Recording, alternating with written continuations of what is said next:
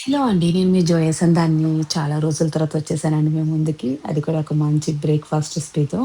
ఈరోజు నేను చేయబోయే బ్రేక్‌ఫాస్ట్ రెసిపీ వచ్చేసి పాలక్ ఎగ్ ఆమ్లెట్ చేయబోతున్నానండి. ఈ రెసిపీ ఎలా చేయాలో మనం వీడియోలో చూసేద్దాం వచ్చేసేయండి. ముందుగా పాలకూరని వాష్ చేసుకునేసి, కట్ చేసేసుకొని పక్కనుంచేసుకోవాలి. అదేవిధంగా ఒక ఆనియన్‌ని కూడా కట్ చేసేసుకోవాలండి. తర్వాత ఒక బౌల్‌లో పెప్పర్, సాల్ట్, పసుపు యాడ్ చేసుకునేసి ఒక 5 ఎగ్స్‌ని గూడా యాడ్ చేసుకొనేసి, బీట్ చేసుకొని పక్కనుంచేసుకోవాలి.